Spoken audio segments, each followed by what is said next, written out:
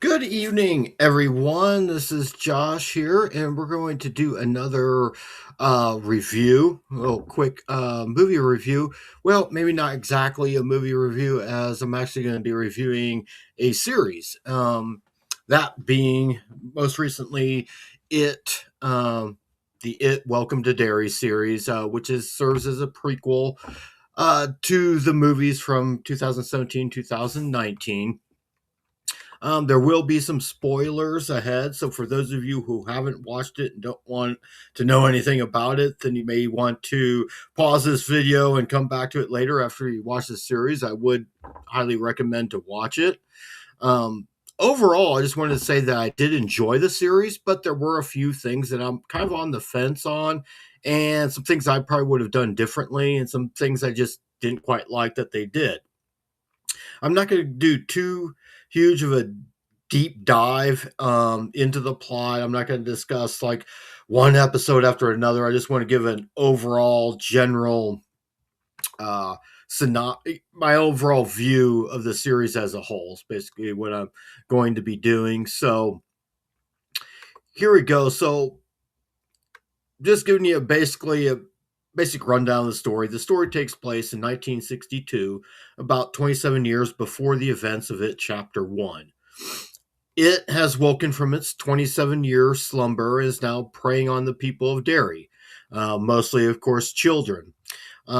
It takes its first victim, a boy named Matty, in the very opening scene. I could go on and on with the story, but that would take forever to do so. So I'll just touch on some of the aspects of the story.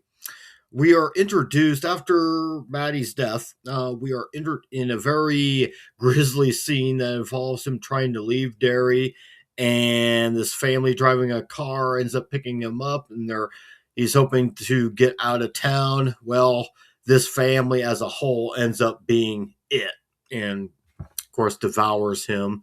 Um, but we are then introduced to several characters over the course of this series. And first one we are going to be introduced, or basically what I would consider the Losers Club prototype, which starts with Lily.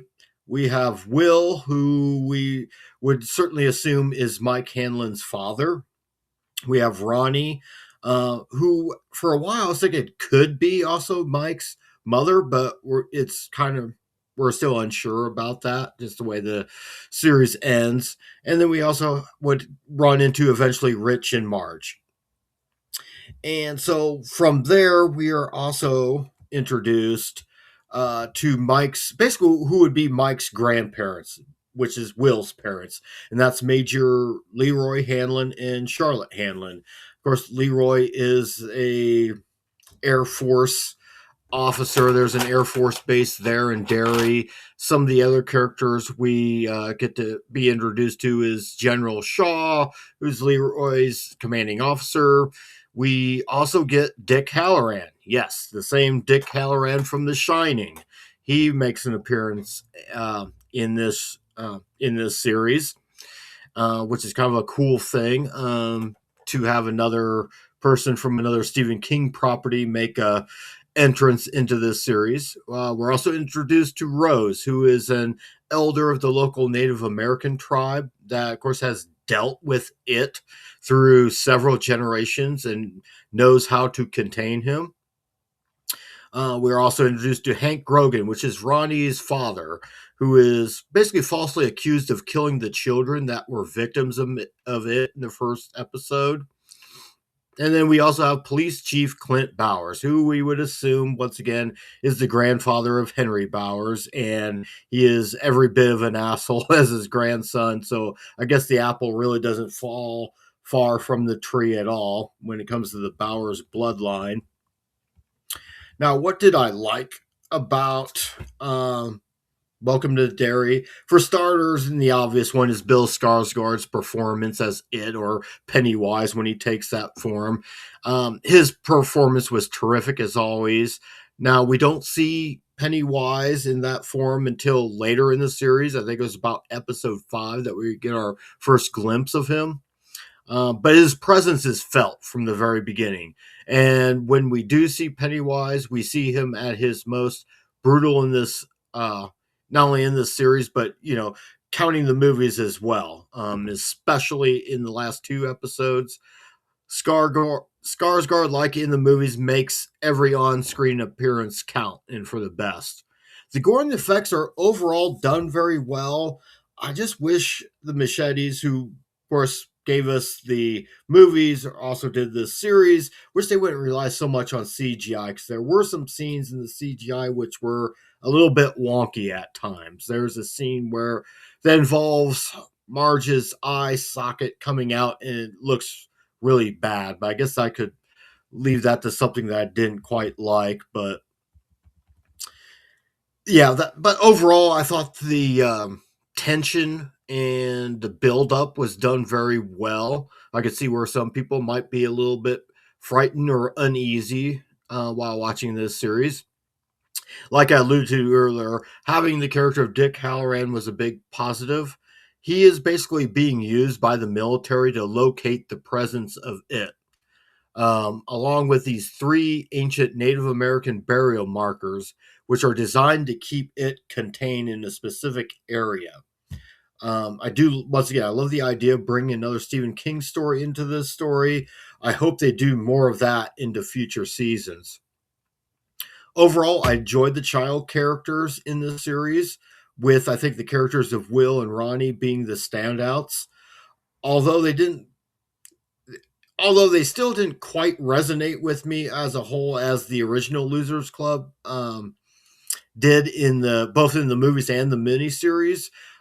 But perhaps it almost seemed like they needed at least one or two more kids in this group, rather than we basically get a total of about four or five in this group, and it almost like they needed to have a couple more.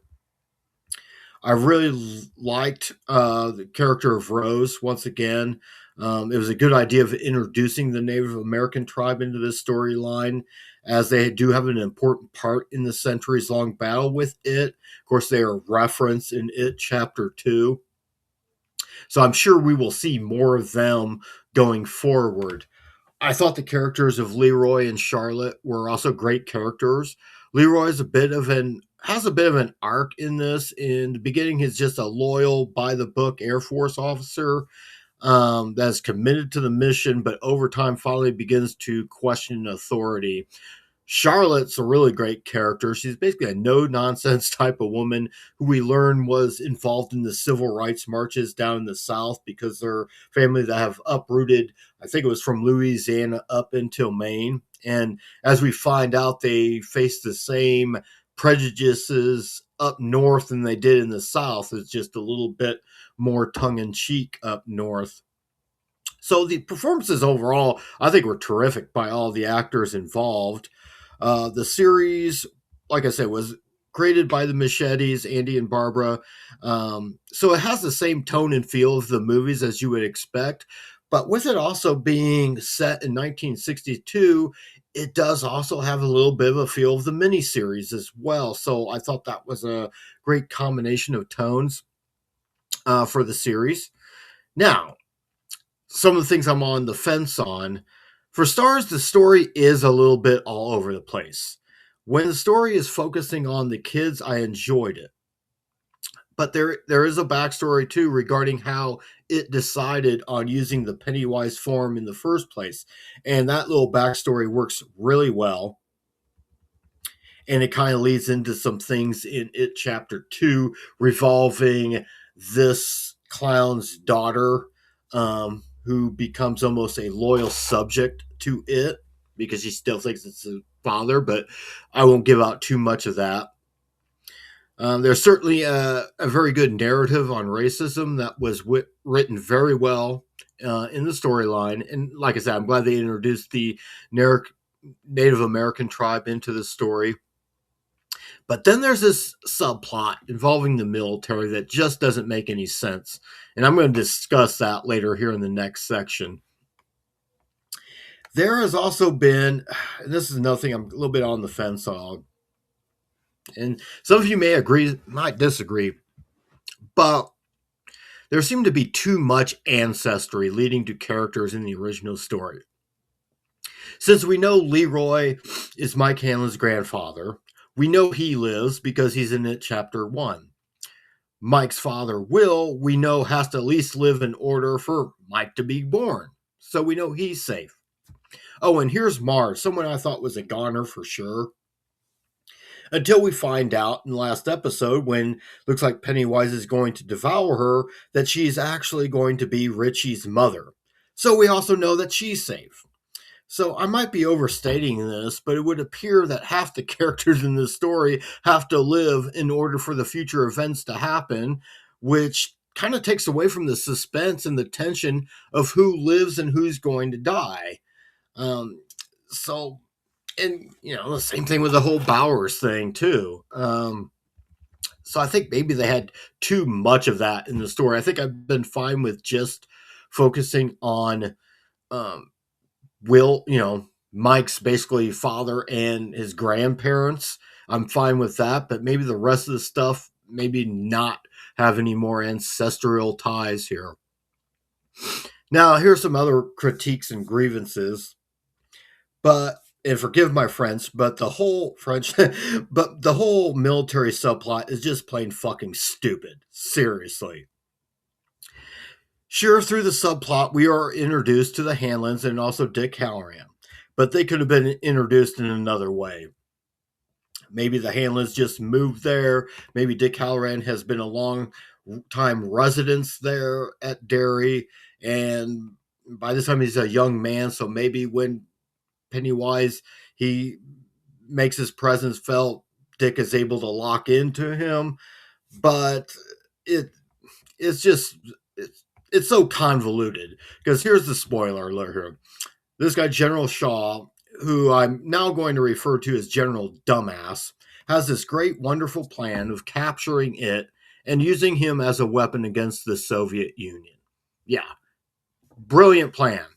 He plans on using Dick to find its location and those Native American burial markers that I alluded to earlier. What an amazing plan. Really? Maybe if he just waits about 20 years, he can make a trip to Camp Crystal Lake. There's this big guy armed with a machete wearing a hockey mask. I'm sure he'll help in his efforts to win the Cold War. Or hey, General Dumbass, here's a puzzle box constructed by a French toy maker that unleashes leather-clad demons. I'm sure they will be of some assistance. That just goes to show you how stupid this moron's plan is. What makes his plan so much more convoluted than it already is the fact that as a child, we see in the backstory that he actually faced it, and with the help of Rose as a child, survives. So, what makes him think that he can control this intergalactic entity? But wait, that's not even really his plan. No, actually, his plan is to unleash it on the entire civilian population of Derry. By removing those burial markers, it can now go outside of its zone and go straight into the town of Derry. That's why he wants one of, and he actually destroys one of the markers, and yes, it does unleash it onto the whole city of Derry. Why, you may ask, would a military officer who is sworn to defend the United States do such a thing? Because he thinks this will somehow unite the people. Yeah, brilliant plan. Makes me wonder how this stupid psychotic asshole became a general in the first place. Oh, I know, because he's a stupid psychotic asshole. That's why. At least spoiler alert, he at least falls prey to Pennywise at the end of the series. So, but that's like my biggest grievance. The rest are just some minor critiques, I think, and I might be nitpicking. There is this like racist lynch mob that is after Hank Rogan because he's accused of killing some kids who die in the theater. And they end up burning down an army barracks filled with black soldiers that were there on base. And even some of the kids die, or at least one of them. Only one of these subhuman scums get what's coming to him at the hands of Pennywise, who kind of becomes in this sequence an anti-hero in a lot of ways, but the rest of the gang gets away with it, which kind of pissed me off a bit. I get the point, during this time in America, and you could even say now, sometimes bad things happen and no justice is served. And then go to the first episode, it kills a total of 4 children in Derry in the first episode, which really shocked me because there were a couple characters I thought that were going to be a couple of characters that we would follow, and just like that, they're offed. So I give them credit for subverting our expectations. But after that, even though he does kill some adults, some of whom that kind of deserved it, the only child who really dies after episode 1 in this current setting is Rich, who is a very likable, adorable little kid.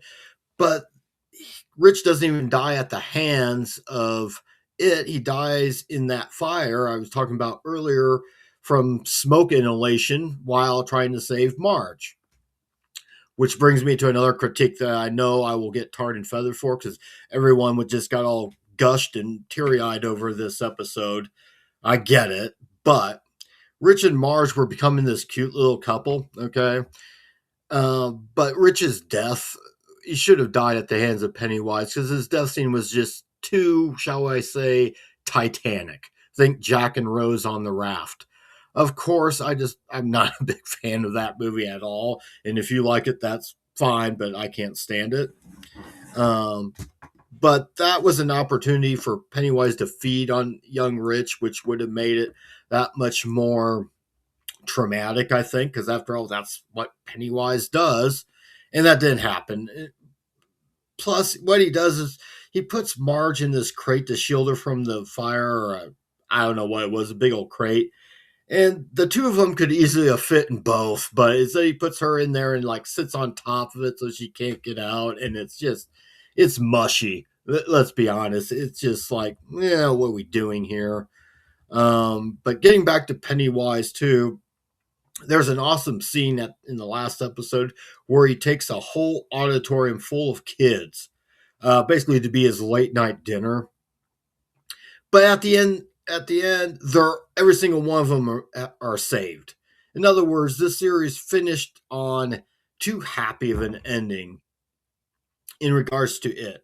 I'm content with Hank and his daughter, uh, Ronnie, were able to flee to Canada to escape, unlawful accusations, of course.